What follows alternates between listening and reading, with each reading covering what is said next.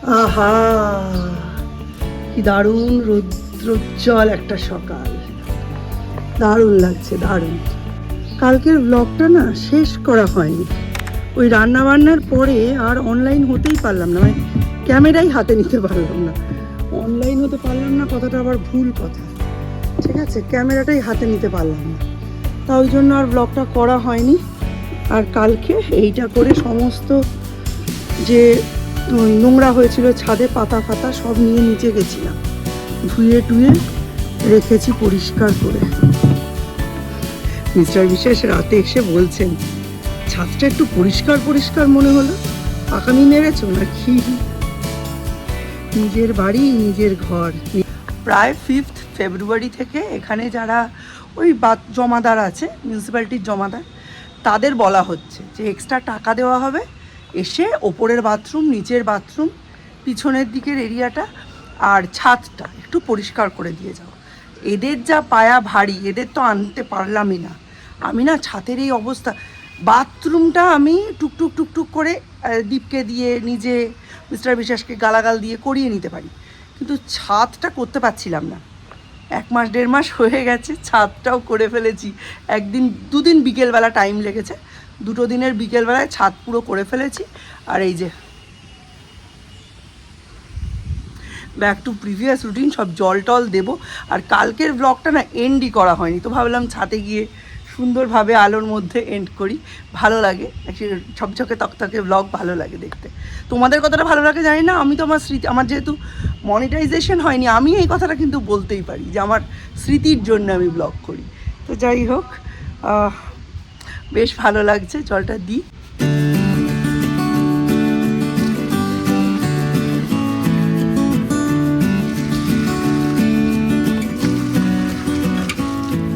আজকে মিস্টার বিশ্বাস একটু তাড়াতাড়ি বেরিয়ে গেছেন, কারণ আজকে একটু অফিসের জলদি ছিল, যেহেতু কালকে যাননি। আজকে 8:30টার অনেক আগেই বেরিয়ে গেছেন। আমার জল টল দেওয়াও কমপ্লিট হয়ে গেল। আর এখন আমি একটু নিচে যাব, আজকে বড়ি দিতে হবে। আজকেরটাই মোটামুটি এখনকার জন্য ভালো, কারণ বেগুন পাওয়া যাচ্ছে না, তো এই চৈত্র মাস পড়েই গেল দেখো দেখতে দেখতে। হ্যাঁ, বেগুন পাওয়া যাচ্ছে না, আজকে আমার পঞ্জিকাটাও খুঁজে বার করতে হবে। সরস্বতীদির ভয়ে এমন জায়গায় লুকিয়েছি, সে আর খুঁজে পাচ্ছি না, নতুন পুরনো কোনোটাই খুঁজে পাচ্ছি না। যাই হোক, ওই বের করতে হবে। আর বড়িটা দিলে এবারে মোটামুটি নিশ্চিন্ত, মোটামুটি বৈশাখ জ্যৈষ্ঠ 2 মাস চলে যাবে 1 কিলো বড়িতে। আর এই দিকে যেটা আছে মানে বর্ষাকালের জোগাড়, সেটা কয়েকদিন পরে শুরু করতে হবে। আমি তো দেখছি বেশি বড়ি দিয়ে না রেখে দেওয়া যায় না, মহিষে ধরেই যায়, সেই কারণে একটু অল্প অল্প করে রেখে দেওয়ার চেষ্টা করব। দেখি লাস্ট লটটা যদি প্রিজার্ভ করতে পারি, নইলে বর্ষাকালে কিনেই খেতে হবে। যাই হোক, মুখটাই, জীব হচ্ছে আসল দোষী, জানো তো, জীবই মানে সাহায্য করে না। যাই হোক, 2 ছেলেই ঘুমোচ্ছে, সৌর্য ওর লাস্ট কদিনের শান্তির ঘুম ঘুমিয়ে নিচ্ছে, কারণ 25 তারিখ থেকে স্কুল, তখন যে কি হবে, স্কুলে গিয়ে মনে হয় ঘুমিয়েই পড়বে। চলো, জল দেওয়া কমপ্লিট, নিচে যাই। নিচে গিয়ে টুকটাক কাজ করতে করতে সূর্য উঠে যাবে। সূর্যকে এখন আলাদা করে আর তুলছি না, দেখা যাক হবে, অভ্যেস হবে হবে।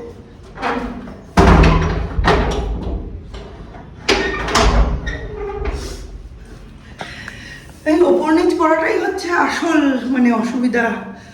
তবুও লোকে 2 তলা 3 তলা কোঠি বাড়ি করে, আমি তো মানে মনে হচ্ছে এখন 1 তলায় 2টো ঘর থাকলে এটাই সব থেকে ভালো। মানে 1 তলা বাড়ি, 2টো 3টে ঘর, পরিষ্কার কম করতে হয় জানো, ওই দেখতেই ভালো বড় বাড়ি। আমার বাপের বাড়িতেও দেখেছি, এখানেও দেখেছি, পরিষ্কার করতে করতে জীবন বেরিয়ে যায়।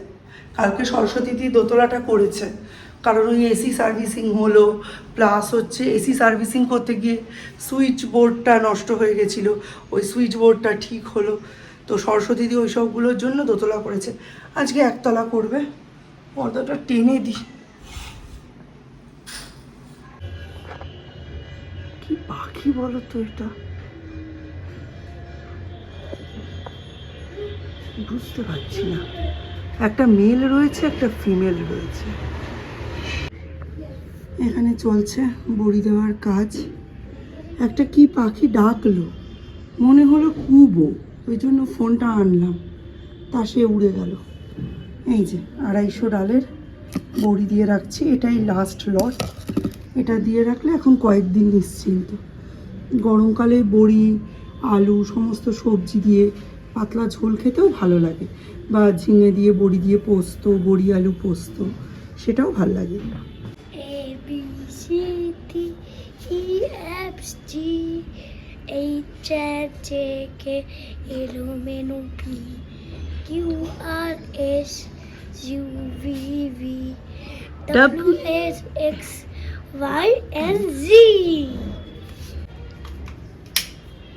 এটা তোমার হাতে কি? আর বন্দুকের সাথে এটা কি? এটা কাকে কন্ট্রোল করো এটা দিয়ে? আমার কিন্তু কন্ট্রোল করো না। কি করবে কন্ট্রোল করে? কি করবে? কাজ করবো? তাই তো কাজ করতেই হবে। কাজ করছি, কন্ট্রোল করে নাও। একটু ফ্যানের তলায় বসতে দাও। ওরে বাবা, গরম লাগছে। তাহলে কন্ট্রোল করো আমায়। বসো। নিজে ফ্যানের তলায় বসে আমায় রোদে বলছে কাজ করো। দুত্তু ছেলে। বন্দুক দিয়ে উড়িয়ে দেবো মাথা। যা, বন্দুক দিয়ে মাথা উড়িয়ে দেবে বলছে। তো স্যার কয়েকদিন আগে আমাদের খাওয়াতে নিয়ে গেছিলেন রয়্যালসে। তো সেটা স্যার বলেছিল ডেট ফিক্সিং এর জন্য, বাট অ্যাকচুয়ালি আমরা জানতে পেরেছি যে স্যার একটা স্কুলে জব পেয়েছেন, তো ওই জন্য মেন খাওয়া দাওয়াটা হয়েছে। এই যে পিসি এমআরআই করাতে যাচ্ছে, রেডি হয়ে দাঁড়িয়ে রয়েছে। দেখো বাবা। হ্যাঁ, ও অনলাইনে অর্ডার করে। ভালো হয়েছে। পিসে মাসে রেডি হয়নি এখনো?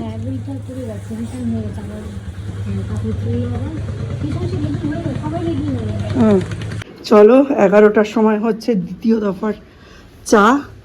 আর দীপ আমায় জানালো যে আজকে দীপের স্যার, যে স্যার জীবনে কামাই করে না, সেই স্যার আজকে পড়াবে না। শুনে নি ওর কাছ থেকে। আজকে ঘোর কলি পড়েছে নাকি? হ্যাঁ, মানে আমি যে স্যারের কাছে পড়ি, অরিন্দম স্যার কামাই করে না স্যার। হ্যাঁ, এমনি তোমার যেদিন ফার্স্ট ক্লাস হয়েছিল সেই দিনই বলে দিয়েছিলেন যে স্যার কামাই করে না যদি না খুব সিভিয়ার কোনো কজ হয়। তো আমি তো এটাও শুনেছি স্যারের বাবা যেদিন মারা গেছিলেন উনি ওদিনও পড়িয়েছেন। হ্যাঁ, ওদিনই বলেছেন। আমি কোনোদিন কামাই করি না। আজই সকালবেলা ঘুম থেকে উঠে আমি মোবাইলটা দেখছি, তখন আমি দেখলাম গ্রুপে মেসেজ এসছে। আমি বলছি স্যার কোনো হয়তো ইম্পর্টেন্ট মেসেজ দিয়েছে, কোনো একটা নোটিস আছে। তো খুলে দেখছি লেখা আছে, sorry guys, today the class is cancelled, I have been hospitalize, sorry for the inconvenience. কিউ লিখিসটা আমার একটা জিনিস মনে পড়লো। তার আজকে হচ্ছে বুধবার, আর দুদিন আগে সোমবার আমার একটা বন্ধু ওখানে থাকে, পাশেই, একদম পাশেই বাড়ি। সে আমায় বলেছিল যে অরিন্দম স্যার কিছু হয়েছে। আমি বললাম কই না তো, আগের দিন রবিবার তো বিকেলবেলা স্যার ক্লাস নিল। বললো আচ্ছা। আমি তখন কিছু ভাবিনি। তার মানে এইটাই ঘটনা হয়েছে। মানে এত সিভিয়ার হয়ে গেছে যে হসপিটালে যাওয়া ছাড়া উপায় ছিল না। হ্যাঁ, নইলে এই মানুষটা কোনোদিন কামাই করে না, প্রশ্নই নেই। তুই ঢুকলি আর আমার একটা বন্ধু আছে, ওরা ক্লাস 5-6 থেকে পড়ে। ওরা বলছে 5-6 এটা মনে হয় সেকেন্ড অর থার্ড টাইম যে স্যার ক্লাস বন্ধ করে। 5 থেকে 12 এর মধ্যে এটা সেকেন্ড অর থার্ড টাইম যখন স্যার ক্লাস ক্যান্সেল করেছে। সেইটাই খুব। পিসি মরে যাচ্ছে চিন্তায়, এমআরআই করবে সেই চিন্তায় মরে যাচ্ছে। আমি যতই বলছি চিন্তা করার কিছু নেই, খালি ওই সাউন্ডটাই একটা ম্যাটার, তাও চিন্তা করে যাচ্ছে। তো এখন গাড়ি ভাড়া করে গেল, খড়দা থেকে এমআরআই করবে। খড়দায় আসলে ওরা একটা স্লট পায় ভালো, খুব তাড়াতাড়ি হয়ে যায় পরীক্ষা, তো ওখানেই যাবে। আর এখন আমি ঝটপট টিফিন দিয়ে দেবো। আর একটু হলেই পাটা কাটতো, একটা কাপ ভাঙলো শৌচ। দেখো কি অবস্থা, এখনও কোথায় কোথায় টুকরো পড়ে আছে কে জানে। সরস্বতী দিয়ে আসার আগেই আমার এগুলোর ব্যবস্থা করতে হবে। কোথাও কোনো কিছু রেখে না কোনো শান্তি নেই, এমন একটা অবস্থা করে। এই যে ভাঙলো, এখন কোথায় টুকরো টুকরো পড়ে আছে। আমার তো শক্ত চামড়া, কচি চামড়া তো ফুটে যেতে পারে। একটা চপ্পল দিয়ে দিই আজকে, যতক্ষণ না ঝাড়া মোছা হয়। ঝামেলা করে রে, দাঁড়াও।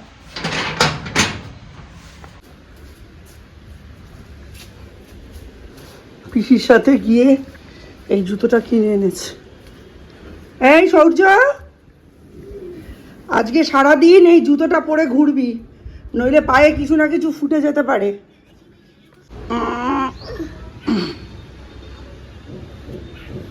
কোনুই তুলবে না, নি থেকে কোনুই তুলবে না, কোনুইটা নিতে রাখবে স্ট্রেট।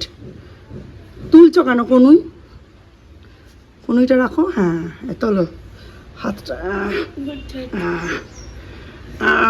এবার নিজে হাতটা ছাড়বো। সংসারের সকল কাজের ফাঁকে নিজের যত্নটা কিন্তু নিতে আমাদের কারোরই ভোলা উচিত না। আমিও দেখো এখানে একটা খুব সুন্দর গরমের জন্য একদম উপকারী মুলতানি ফেস প্যাক লাগিয়ে নিয়েছি। এটা গোলাপ জল আর অল্প এক চিমটে হলুদ গুঁড়ো দিয়ে গুলেছি, আর এই দেখো মুখে লাগিয়ে নিয়েছি। এটা কমপ্লিটলি ড্রাই হয়ে গেলে ধুয়ে ফেলবো। আমার রান্না চেপে গেছে, রান্না বেশিক্ষণ নেই, রান্নাটা নাবিয়ে তারপরে এটাকে ধুয়ে আমি স্নানে ঢুকে যাব, একদম পুরো ক্লিন হয়ে যাবে। আর এইবার তো রোজকার যাতায়াত সেন্ট লুকে লেগেই থাকবে, প্রতিদিন রোদে পোড়া থাকবে, কারণ একদম তাতাপুরা গরমে স্কুলের সেশন আরম্ভ হচ্ছে, তো সেখানে তো নিজের যত্ন একটু নিতেই হবে।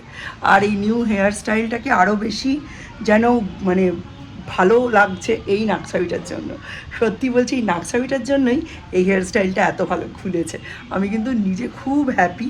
তো মানে অনেকেই আছে যারা আমার এই শর্ট হেয়ারের লুকটা পছন্দ করছেন না, ইনক্লুডিং মিস্টার বিশ্বাস, কারণ উনি আমাকে কোনোদিন এই হেয়ারে দেখেননি, আর এই হেয়ারে দেখলে উনি আমাকে প্রপোজও করতেন না। কিন্তু আমার নিজের কাছে এই লুকটা এত বেশি মানে কমপ্লিমেন্টারি মনে হয়েছে এই নাকছাবিটার জন্য, এবং এই নাকছাবিটা যেন খুলেছে এই হেয়ার স্টাইলটার জন্য। তো সেই কারণেই এখন প্রচণ্ড রূপচর্চা, ত্বক চর্চা সব কিছুই চলছে ফুল দমে, কারণ স্কুলে সেশন আরম্ভ হতে চলেছে।